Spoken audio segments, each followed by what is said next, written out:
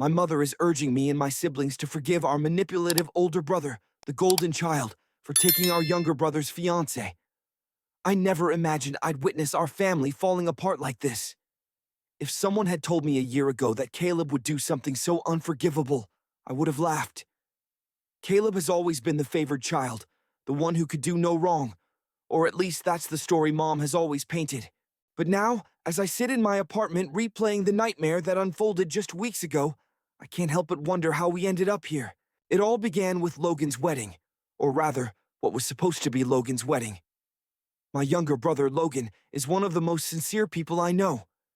He's quiet and thoughtful, the kind of person who would give away his last dollar without hesitation. When he proposed to Avery, we were all overjoyed.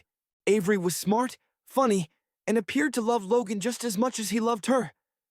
They seemed perfect together, one of those couples you just know are meant to be. And then Caleb entered the picture. The details are still unclear, even now. One week, Logan and Avery were selecting flowers and finalizing the guest list. The next, Avery was calling off the wedding.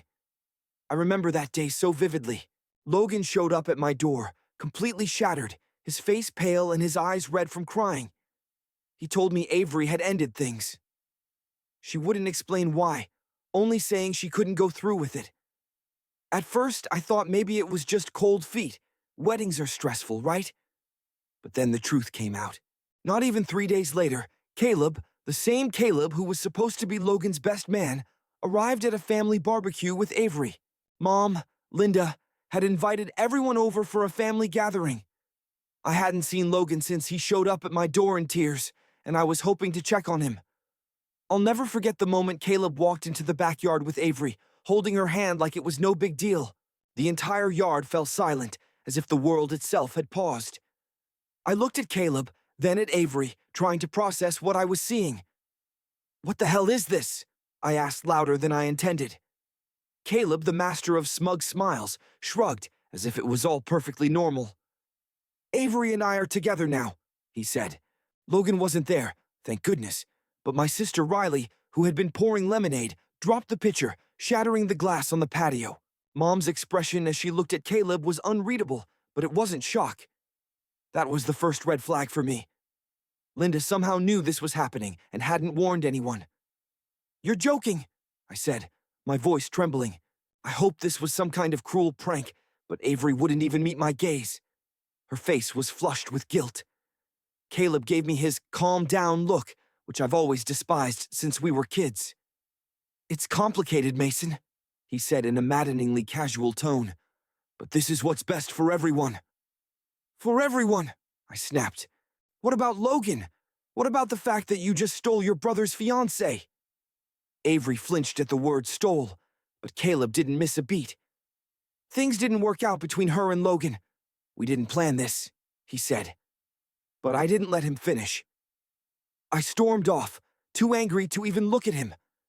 Riley followed me into the kitchen, shaking as she whispered, "Did you see Mom? She didn't even say anything. It's like she's okay with this." That was the second red flag for me. Linda had always had a soft spot for Caleb. He was the eldest, the one who made the family proud with his college degree and corporate job, while Logan and I were just Logan and I. I always joked that we were the family's spare parts, but now it didn't seem so funny. Later that night, I called Logan. I asked him if he knew about Caleb and Avery. He didn't. He wasn't even angry when I told him, just hollow. "Of course it was Caleb," he said quietly. "It's always Caleb." The fallout was immediate. Riley stopped talking to Caleb entirely. I tried confronting him again, but he brushed me off, acting as if I were overreacting. A few days later, my mom called me. Her voice was unnervingly calm. "Mason, we need to talk," she said. "About what?" I asked, still fuming about Caleb and Avery. "We're having dinner at the house this weekend. I want you and Riley to come. It's time to move past this." I thought I must have misheard her. Move past this. Caleb betrayed Logan. Avery broke his heart. "I know it's hard," she cut me off gently, "but Caleb's still your brother. He made a mistake, but he's happy now. Isn't that what matters?" I was speechless. My mom, the one who was supposed to protect all of us equally, was siding with Caleb once again. I told Riley about the dinner, and she rolled her eyes. Are you kidding me? She's trying to sweep this under the rug. Typical. I didn't argue, but part of me felt that I had to be there. Not for Caleb, not for my mom, but for Logan. I wanted him to know someone was still on his side. That Saturday, I arrived at my parents' house, already dreading what awaited me. Riley was there first, sitting on the porch, arms crossed. This is going to be a disaster, she muttered as I walked up. I didn't disagree, and we both entered the house. Caleb was already sitting at the dining table, grinning like nothing had happened, like he hadn't just torn our family apart. Avery was there too, sitting next to him like she had every right to be. Our mom, Linda, stood at the head of the table, smiling as if everything was fine. Come sit, she said cheerfully. We're going to have a nice family dinner. I glanced at Riley, who returned my look, the air thick with tension that felt suffocating. But I took my seat, and the nightmare began. If I'm honest, I didn't want to sit at that table. I wanted to flip it over and walk out, but Logan wasn't there, and Riley and I had to represent him. Someone needed to confront Caleb. Someone had to say what everyone else was too afraid to say. Linda stood at the head of the table, her spread of food looking so perfect, it seemed like she thought cooking could somehow fix everything. She was forcing a smile, trying to bring some cheer into the room, as though she could will it into existence. Let's just sit down, eat, and talk, Linda said. I looked at Riley, who muttered, I'd rather eat glass. Caleb sat at the far end of the table with Avery. Just seeing them together still made my blood boil.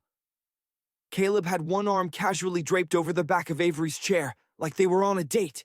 Avery wouldn't make eye contact with either of us, keeping her head down, poking at her mashed potatoes as if they were the most interesting thing on earth. Where's Logan? I asked, my voice sharper than I intended. Linda gave me one of her tight-lipped, you're ruining this, smiles. Logan decided not to come. Yeah, no kidding, Riley said, crossing her arms. Wonder why. Linda shot her a warning look, but said nothing. I think she knew Riley wouldn't back down. Of all of us, Riley had always been the one to speak her mind, especially when it came to Caleb. I turned my attention to Caleb, who was casually buttering a roll as though he hadn't just blown up our family. So, Caleb, I said, you're just okay with all of this. He looked up at me and gave me that infuriating, calm-down look. God, I hated that look. He had been giving it to me since we were kids, like he was somehow older, wiser, and above it all. What do you mean by this? Caleb asked. This, I said, waving my hand between him and Avery. You stole Logan's fiancée. Logan, who trusted you enough to ask you to be his best man. Are you serious with this? Caleb sighed deeply and set his butter knife down, like I was the one being unreasonable. Look, Mason, I know it's complicated, but Avery and I didn't plan this. Things just happened. Things just happened? Riley scoffed, leaning forward in her chair. That's your excuse? You don't just accidentally fall into a relationship with your brother's fiancée. Avery winced at Riley's words, but still didn't look up. I thought she might defend herself, say something, but she just sat there, letting Caleb do all the talking. Caleb ran a hand through his hair, his frustration finally showing. I'm not going to sit here and let you two gang up on us. Avery and I have been honest with each other. We're happy together, and we don't need your approval. Honest? I shot back. You think what you did to Logan was honest? You didn't even have the guts to tell him yourself. He had to find out from Avery when she called off the wedding. That's enough! Linda's voice rang out across the table. She gave me that familiar disapproving glare, the one she used when I was a kid, and talked back. We are not going to spend this dinner yelling at each other like children. Then maybe Caleb shouldn't have acted like one, Riley snapped, pushing her plate away. Riley, please, Linda said, her voice tight. This isn't helping. Caleb and Avery are here because they want to move forward as a family. We all need to forgive and let this go. Forgive and let this go? I stared at her, unable to believe what I was hearing. So, you're just okay with this? I asked slowly. You're okay with what Caleb did to Logan? Linda's face softened, like she was talking to a child who just didn't understand. Life can be challenging, and people make mistakes, but they still deserve the opportunity to find happiness. Riley suddenly burst out, pounding her fists on the table. Mom, Logan is miserable, and you're acting like none of this matters.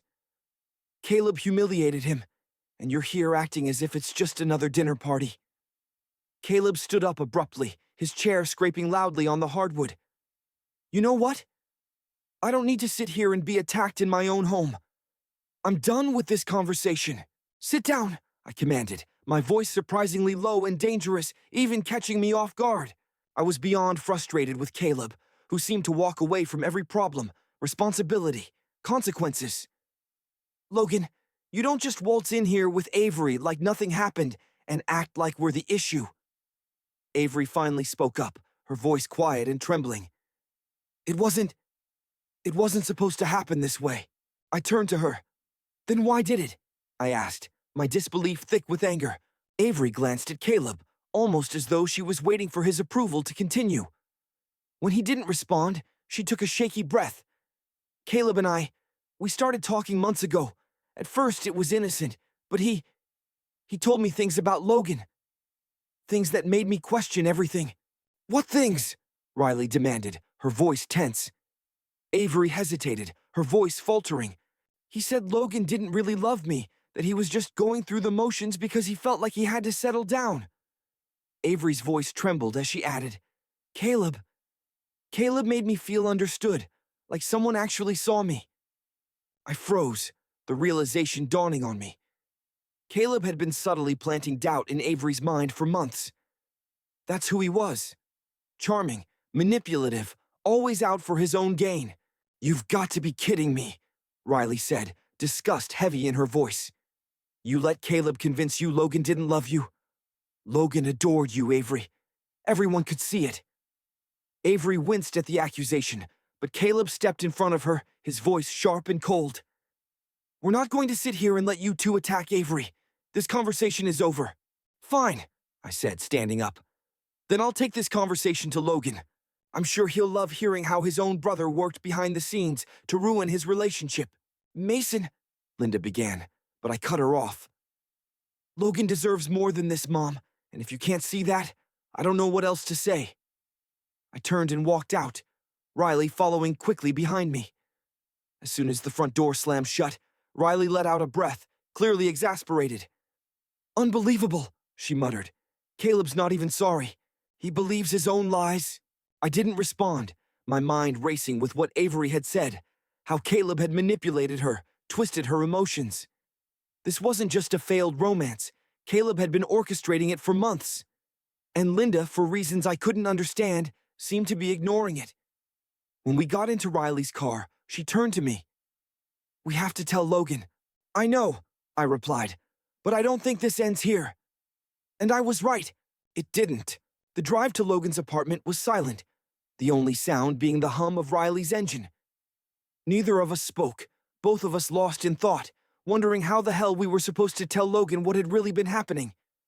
It was one thing for Avery to cancel the wedding, but knowing Caleb had been manipulating her for months, that was a whole new level of betrayal. When we reached Logan's place, I half expected him to not answer. He'd been distant since the breakup, hiding away from everyone, except for the rare text. But after a moment, the door opened slightly, and Logan appeared, dark circles under his eyes, looking thinner than usual, as if he hadn't been eating. Hey, he said quietly. Didn't think I'd see you guys tonight. Can we come in? I asked. Logan hesitated for a moment before stepping back to let us in. His apartment looked just as worn down as he did. Takeout boxes were piled on the coffee table, the blinds were drawn, and his couch looked like it had become his bed. Logan noticed me staring and let out a humorless chuckle. Yeah, I know. It's a mess. He motioned to the couch, brushing some papers aside. Take a seat. Riley and I sat, but Logan stayed standing, leaning against the wall with his arms crossed. He seemed defensive, as if he knew we hadn't come just to chat. What's up? He finally asked, his eyes flicking between us. Riley didn't wait. Logan, we need to tell you something about Caleb. The moment she mentioned Caleb's name, Logan's jaw tightened and his eyes narrowed. I don't want to talk about him. You need to hear this, I insisted. I spoke softly, explaining that this was about what truly occurred with Avery. Logan flinched when her name was mentioned, and for a brief moment, I thought he might kick us out. But he exhaled a shaky breath and sank into the armchair opposite us. Fine, say whatever you came here to say. I didn't hold back. Logan needed to hear the truth, no matter how painful.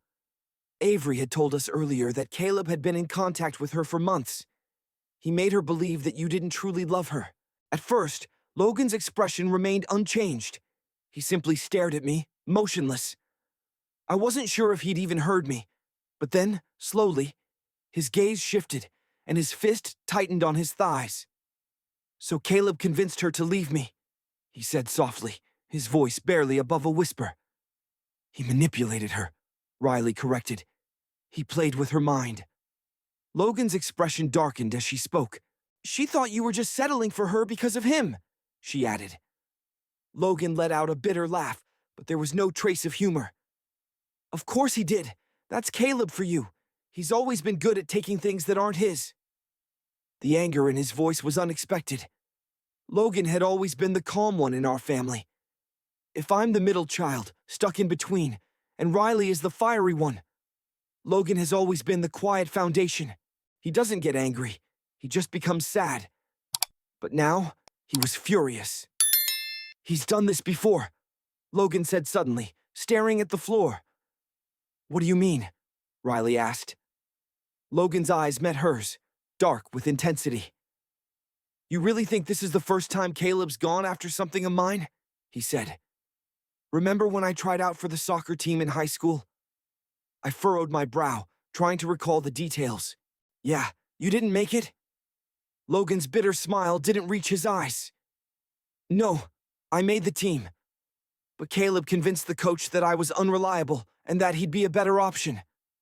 I didn't find out until years later that Caleb made varsity while I got cut. Riley gasped. What? Logan, why didn't you say anything? Because nobody would have believed me, he shrugged. It's always been Caleb. He's the golden boy. Caleb can do no wrong. As he spoke, a realization clicked in my mind. For years, Caleb had been the center of our mother's world, charming, ambitious, and confident, the perfect firstborn son. But now the cracks were becoming obvious.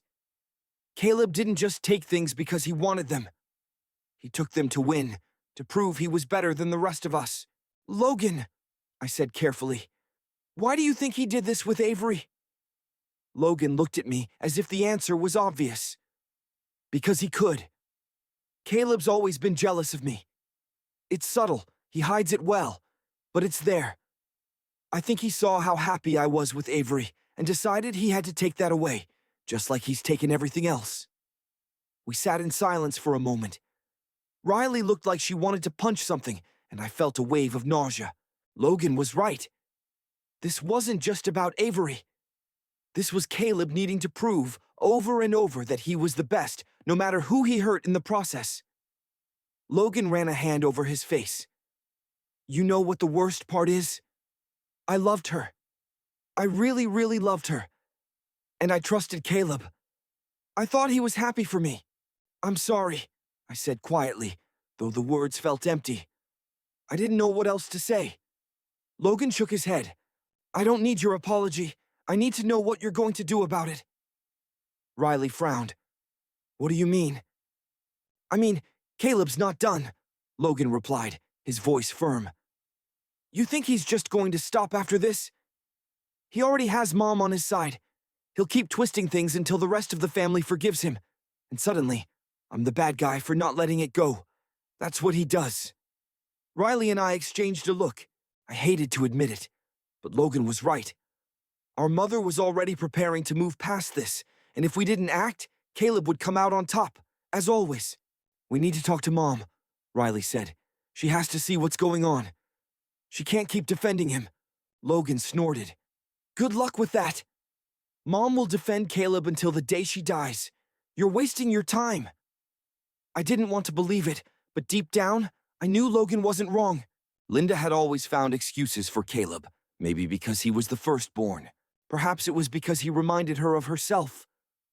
Regardless of the reason, she had been ignoring Caleb's actions for years, and it had finally led to this point. But as I sat there, observing my younger brother in his destroyed apartment, I knew one thing for sure.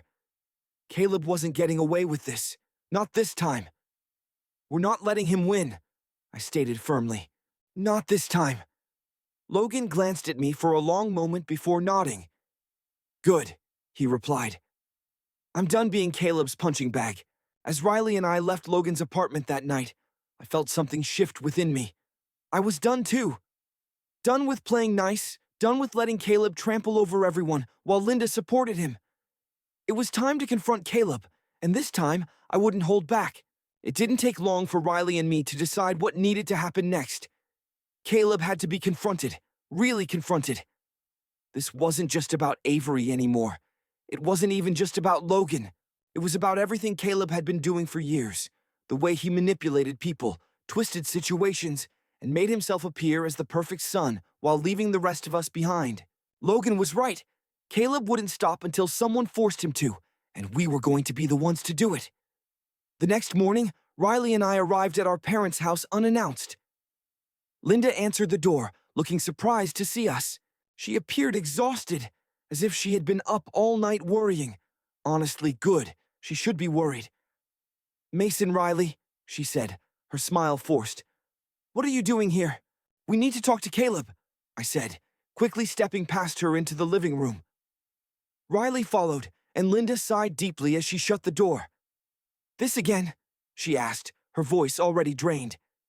Can't you just— No, Mom, Riley interrupted, glaring at her. We can't. Caleb's here, right? Linda hesitated for a moment, then nodded. He's upstairs, but I don't know why you— Perfect, I said, heading toward the stairs. Mason, Linda called after me. Don't start anything. I ignored her. At this point, I didn't care what Linda thought. She had enabled Caleb long enough, and it was time for someone to do what she wouldn't. Riley and I marched up the stairs and down the hallway to Caleb's old room. The door was slightly ajar, and we didn't bother knocking. I pushed the door open, and there he was, sitting on his bed with his laptop. When he looked up and saw us, his face contorted into a mixture of annoyance and smugness. To what do I owe this honor? Caleb asked, closing his laptop and leaning back against the wall. Here to lecture me some more? We're not here to lecture you, I said, crossing my arms. We're here for answers. Caleb rolled his eyes. I've already explained everything.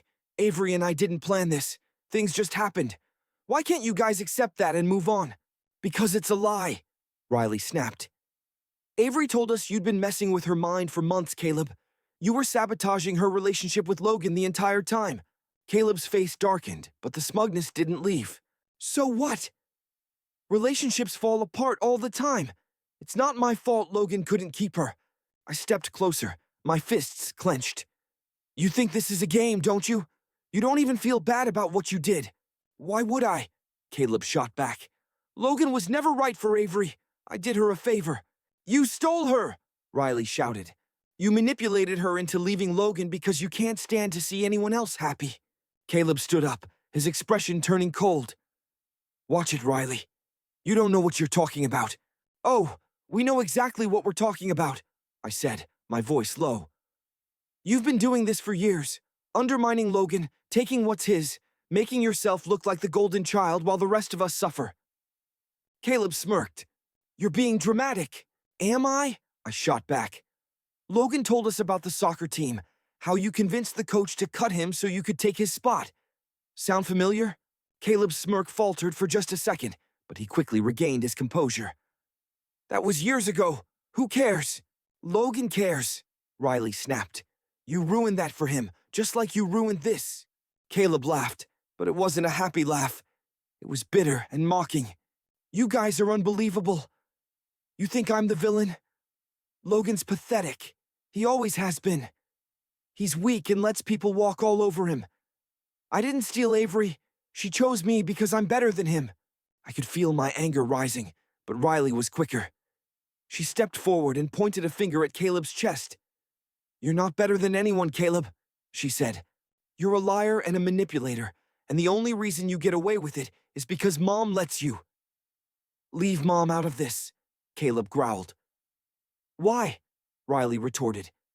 You're her favorite, and we all know it. She'll defend you no matter what you do. At that moment, Linda appeared in the doorway. What's going on in here? She demanded sharply. Ask your perfect son, Riley shot back, glaring at her. He just admitted to manipulating Avery into leaving Logan. Linda's face drained of color as she turned to Caleb. Is that true? True? Of course not, Caleb said smoothly, his voice softening. They're twisting my words, Mom. I never did that. You said Avery chose you because you're better than Logan, Riley shouted. Linda turned her gaze back to Caleb, her face unreadable. Caleb met her eyes with his usual wide, innocent look, the one he always wore when trying to get out of trouble. Mom, come on. You know me. I'd never do something like that. Linda hesitated, and for a moment, I thought she might finally see Caleb for who he truly was. But, as always, she folded. I'm sure there's been a misunderstanding, she said tightly. We're not going to solve anything by yelling. Riley let out a bitter laugh. Unbelievable! You're still defending him. I'm not defending anyone, Linda shot back. But I'm not going to let this family fall apart over a relationship that didn't work out. This family already has fallen apart, I said quietly, and it's because of Caleb. Caleb shrugged, looking uninterested. Cry about it. I'm done with this conversation. No, Riley said sharply. We're done with you. What's that supposed to mean? Caleb asked, narrowing his eyes. It means we're not letting you win this time, I replied. Logan's done, Riley's done, and so am I. You're on your own. For the first time, Caleb looked genuinely rattled. You can't just cut me out of the family. Watch us, Riley said coldly. I turned to Linda, who looked stricken. Mom, you can pretend Caleb's perfect all you want, but the rest of us aren't playing along anymore. You're either with him or you're with us. You decide. Linda stared at me as though I had slapped her. You can't ask me to choose. You've already chosen, Riley said softly. You just don't realize it. Caleb didn't say anything as we left. For once, he didn't have a smug retort or a lazy shrug. I think he understood, for the first time, that he had pushed too far and finally lost control. As Riley and I walked out of the house, I felt a weight lifting from my shoulders. Caleb might not face real consequences today, but he would eventually. People like him always do. And for the first time, I wasn't going to be there to catch him when he fell. We didn't hear from Caleb or Linda for several days after that confrontation. Honestly, I think they both expected us to come crawling back like we always did, especially Linda. That's how it always went in our family. Caleb messed up, Mom fixed it, and the rest of us had to bite our tongues for the sake of family unity. But not this time. Riley and I had made our choice, and when we told Logan about what happened at the house, he actually looked relieved. It's about time, he muttered, shaking his head. You have no idea how long I felt like I was screaming into a void. Over the next week, Linda tried to reach out to us, first through calls, then through texts. Every message was the same. We need to talk. This isn't how family acts. I know you're angry, but this has gone too far. Caleb is your brother. You don't understand the whole story. Come to dinner and let's talk about this. We ignored her. For the first time, Riley, Logan, and I were all on the same page, and it felt freeing. Caleb wasn't our responsibility anymore. If Linda wanted to cling to him, that was her choice, but we didn't have to play along. Unfortunately, Caleb wasn't done. One Thursday night, I got a call from an unknown number. I don't usually pick those up, but something told me to answer. Hello? Mason. It was Caleb. For a moment, I didn't say anything. I had half expected him to show up at my door, but hearing his voice still caught me off guard. He didn't sound smug or arrogant. He sounded desperate. What do you want? I asked flatly. I need to talk to you, Caleb said quickly. It's important. Hard pass. Mason, please. His voice cracked, and it startled me. Caleb never asked for anything. He always demanded it. Against my better judgment, I agreed. Fine, talk. Not over the phone. Meet me at the depot in an hour, please. The depot was an old diner we used to visit as kids. It felt oddly symbolic, like Caleb was trying to tap into some shared past to pressure me into listening. I didn't want to go, but something about the situation gnawed at me, a sense that something was wrong. An hour later, I entered the depot. Caleb was already there, seated at a booth in the corner. He looked worn out. His usually well-kept hair was messy, and dark circles were evident under his eyes as if he hadn't slept for days. For a moment, I didn't recognize him. "What do you want, Caleb?" I asked as I slid into the seat opposite him. He didn't respond right away. Instead, he kept his eyes down, nervously tapping his fingers on the table. "I messed up," he finally said, his voice quiet. I let out a bitter laugh. "Yeah, no kidding. No, Mason, I really messed up, more than you think." The way he said it sent a shiver down my spine. I'd never seen Caleb like this. He seemed genuinely scared. "What are you talking about?" I asked. Caleb inhaled deeply and exhaled shakily. "I'm in trouble, big trouble." He looked up at me, and for the first time, I saw panic in his eyes. "What kind of trouble?" I asked. Caleb ran his hand through his hair, his fingers trembling. "Debt," he said quietly. "I owe a lot of money to a lot of people. I tried to fix it, Mason, but it spiraled out of control." He trailed off, his voice breaking. "Avery ... Avery was part of the fix?" I asked, my stomach sinking. Caleb nodded, unable to meet my gaze. I'd never seen him so ashamed. "I needed money. I thought if I could get closer to Avery, maybe I could convince her to help. Her family has money, and I thought..." "You used her?" I interrupted, horrified. "You manipulated Avery because of your debt?" Caleb flinched but didn't deny it. "I didn't mean for it to go this far. I didn't think she'd leave Logan for me, but once it started, I couldn't stop." I sat there, trying to process his words. Caleb didn't just take Logan's fiancée out of some desire to win.